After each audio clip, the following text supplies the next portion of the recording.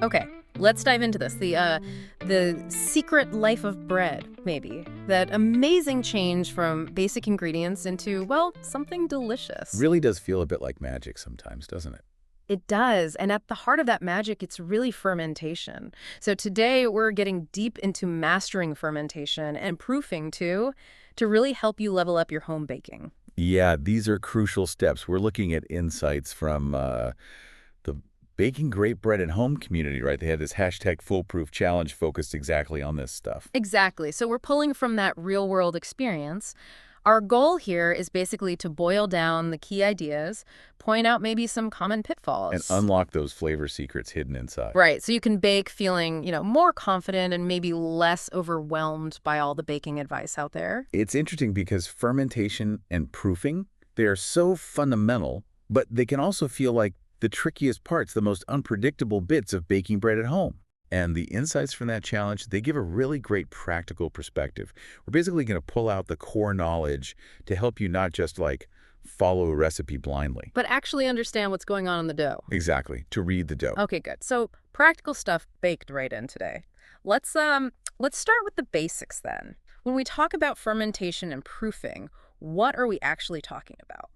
Okay, so fermentation, think of it as the engine. It's where the yeast and the bacteria in your dough get to work.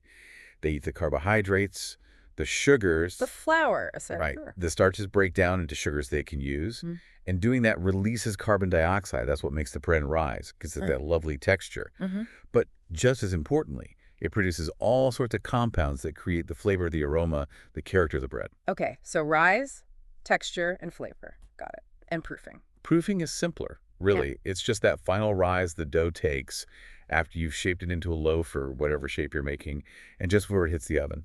Right, the last push before baking. Mm. So it's definitely an active thing happening, not just, waiting around. Absolutely not passive waiting, no. Okay, so what are the big things influencing how this all plays out? What controls it? You've basically got four main levers you can pull, or rather, that are always at play. There's time, obviously. Yeah. Temperature is super important. Hydration, which is just how much water is in your dough. The dough's wetness. Exactly. And then the overall environment, like is it humid? Is it dry? Is there airflow? Now here's a really key point, something that trips up a lot of home bakers, Okay. relying too much on the clock. Recipes give times, right? Mm-hmm. Bulk ferment for 2 hours, proof for 1 hour. And it's so easy to just set a timer. Yeah, set it and forget it. Done. But that's often not the best way. The real skill is learning to read your dough, to see what it's telling you. Because time is just a guideline. Hmm. The actual speed depends so much on your kitchen's temperature that day, how active your starter is if you're using sourdough, even the humidity. These things can massively speed things up or slow them way down. Okay, that makes a lot of sense. So be observant, watch the dough, not just the timer. Got it. So what should we be looking for? What are those signs, those clues the dough gives us?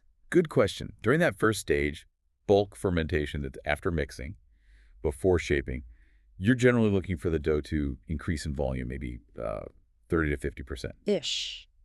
Okay. But it's not just size. The dough itself should feel different. It should get smoother, feel stronger, more elastic. And you should start seeing little air bubbles forming under the surface or even on top. Ah, okay. Signs of life. Exactly. Yeah. Then for the final proof, after you've shaped it, you're looking for more rise, maybe 70 to 100% bigger. It depends a bit on the dough and how you shaped it. Right.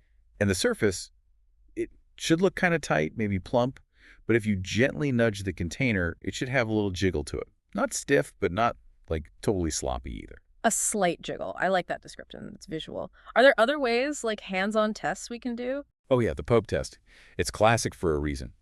You gently press the surface of the dough with a floured finger, not too deep. Okay. If the dent springs back slowly, but still leaves a little impression, it's probably ready to bake. That shows there's enough gas built up, but the gluten structure is still strong enough to hold it. And if it springs back super fast? Needs more time. Not enough gas yet. And if it just stays indented or collapses? Uh-oh. That usually means it's gone too far, it's overproofed. The gluten network has started to break down and can't support the structure anymore. Right, okay. Poke test is key. Anything else?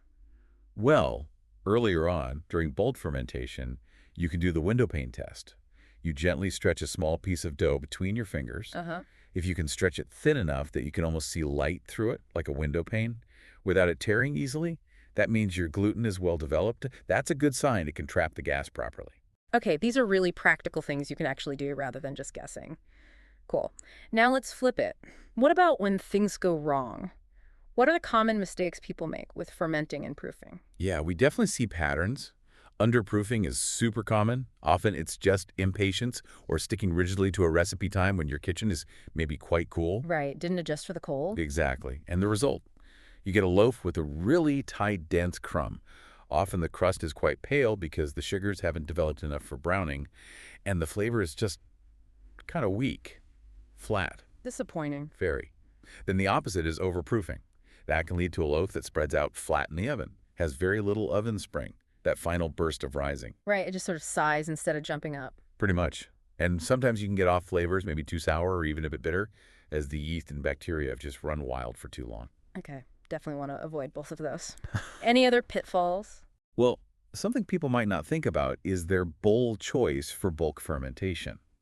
Sometimes metal or plastic bowls, especially if they're tightly covered, can trap a lot of moisture. Like condensation. Yeah, or they just don't breathe at all. And that might actually slow things down or create a slightly weird surface on the dough. It's like the dough needs a little bit of air exchange. Interesting. Never thought about the bowl material affecting it that much. It can be subtle, but it's a factor. And then, of course, the big one we already touched on, kitchen temperature. Right. A warm kitchen speeds everything up dramatically compared to a cold one.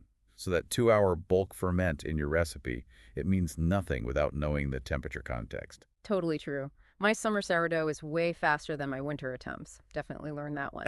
Okay, let's get to the exciting part. Flavor. How does fermentation actually create those amazing tastes and smells in bread? Ah, yeah, this is where it gets really cool. Fermentation isn't just about bubbles, it's a flavor factory. The yeast and bacteria aren't just making CO2, they're producing a whole cocktail of organic acids, alcohols, esters, all sorts of aromatic compounds. Wow, okay. Like what? Well, you get lactic acid, mostly from lactobacillus bacteria. That gives you that mild, creamy, almost yogurt-like tang. It's quite gentle. Uh-huh. Then you have acetic acid, think vinegar. That gives a sharper, more pungent sourness. It tends to be favored when fermentation happens more slowly, often in cooler temperatures. That's key to a lot of sourdough flavor profiles. Right, so temperature affects which acid is dominant. Big time. And then you also get various alcohols and esters produced, Right. especially by yeasts and sometimes bacteria too. These can add really subtle notes, sometimes fruity, sometimes floral, sometimes even a bit wine-like. They add complexity and depth. It's like a little ecosystem developing flavor. So is it fair to say generally longer fermentation equals deeper flavor? As a general rule, yes. More time allows more of these compounds to develop and interact. It gets more complex, more layered. But again, temperature is modulating which flavors become prominent. Colder tends towards more acetic tang. Warmer might give you more lactic notes and faster gas production overall. It really is like managing a tiny brewery in your bowl. Yeah. Okay, are there any like next level techniques, things people can try once they've got the basics down? Oh, for sure. Cold proofing is a big one, also called retardation. You basically do the final proof or sometimes part of the bulk ferment in the fridge. Why do that? Well, the cold dramatically slows down the yeast activity, but the bacteria, especially the ones producing those flavor acids, keep working, just more slowly. So you often get a much more complex, tangy flavor. Plus, it's great for scheduling. You can mix dough one day, shape it, stick it in the fridge, and bake it the next morning. Ah, flexibility, that's useful. What else? For ferments, things like poolish or biga, these are like little mini doughs you make ahead of time, maybe 8, 24 hours before your main mix, using just a portion of the total flour, water, and yeast. Okay, like a head start. Exactly. It lets you build up a lot of flavor and also strengthens the gluten structure before you even start the main dough. It adds another layer of complexity. Interesting. And then there's really understanding hydration. Wetter doughs ferment faster, generally develop a more open crumb, but they're trickier to handle. They need good gluten development and often benefit from support during proofing, like in a basket. Right, they can spread out otherwise. Yeah. And finally, just being gentle, especially during shaping. If you handle the dough too roughly or press all the gas out, you kind of undo all that lovely fermentation work. Gentle shaping preserves that structure. Good point. Don't deflate all your hard work. Okay, now the sources we looked at from the baking great bread community, they mentioned a specific tool for proofing. Wire monkeys, wood pulp, Bentons. What's the deal with those? Yeah, these are interesting. The key thing is the material they're made of wood pulp, which is breathable. unlike, say, a plastic bowl, or even sometimes a heavily floured cloth liner in a traditional banneton. This wood pulp allows for a bit of moisture exchange. It helps wick away excess moisture from the dough's surface, but without drying it out completely. So it creates a better skin on the dough. Exactly. It encourages better surface tension, which can help the loaf hold its shape and potentially get a better oven spring. And it prevents that sticky, damp surface that can sometimes happen. Plus, they leave a nice pattern. They come in round and oval shapes, too. Okay, so it's trying to create that perfect little microclimate around the dough while it proofs, not too wet, not too dry. That's the idea. Kind of a Goldilocks zone for the dough's surface. Makes sense. Now, shifting gears slightly, for those of us who like the sciencey bits, is there anything else cool happening during fermentation beyond just rise and flavor? Oh, yeah, there's some really fascinating stuff. For one thing, the fermentation process actually starts to break down gluten proteins and also phytic acid, which is found in grains. Phytic acid, that's the thing that can block mineral absorption. That's the one.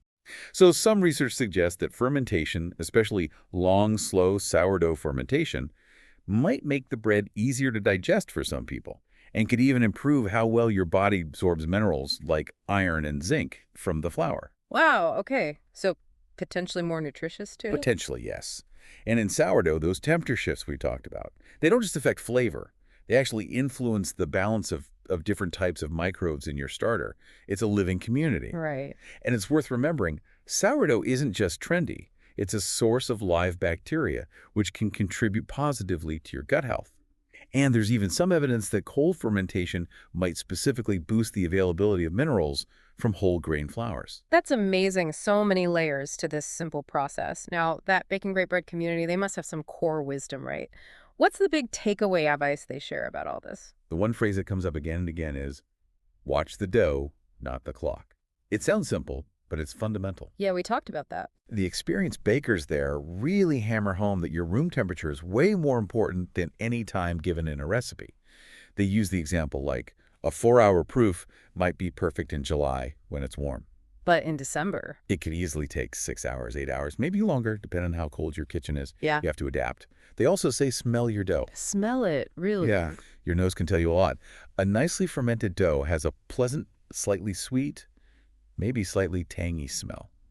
If it starts smelling really strongly alcoholic or unpleasantly sour, it might be going too far. It's another sense to use. Okay, developing that intuition, using all your senses. I like that. So to help us all start doing that, can you give us maybe 3 practical things someone could try this week, right in their own kitchen? Sure, 3 concrete things. First, really practice that poke test. But don't just poke it. Take a picture right before you poke and then right after it springs back or doesn't. Do this consistently. Looking back at those photos will teach you volumes about how your dough behaves at different stages. Okay, visual evidence. Good one. Second, experiment with your bulk fermentation container. If you always use, say, a metal bowl, try switching to a breathable basket, or maybe even one of those wood pulp things if you can get one. Just observe. Does the dough feel different? Is the surface moisture different? See if you notice a change. Okay, compare and contrast. And third, try cold proofing. Just take one loaf from your next batch, shape it, and pop it in the fridge overnight. Bake it the next day alongside a loaf proofed normally at room temp. Then taste them side by side. Compare the flavor, the crust, the texture. It's a great way to experience the difference retardation makes. Fantastic. Those are really doable experiments. Okay, so wrapping all this up, what's the absolute key takeaway for people listening who want to get better at this fermentation and proofing game? I think the biggest thing is shifting your mindset. Success isn't about hitting exact times in a recipe. It's about developing your observation skills, learning to interpret the signals, the look, the feel, the smell, the jiggle that your dough is giving you. Learn to read your dough and your environment. That's the path to foolproof baking. Right. Read the dough, embrace the process, experiment, pay attention, trust your senses a bit more. Sounds like great advice. Absolutely. Okay, and to leave everyone with something to chew on, here's a final thought. We've talked a lot about temperature, but what other, maybe more subtle things in your baking space, humidity, drafts, maybe even the type of flour you use that day might be quietly influencing your loaves? And how can you get better at tuning into those almost invisible factors? Happy baking!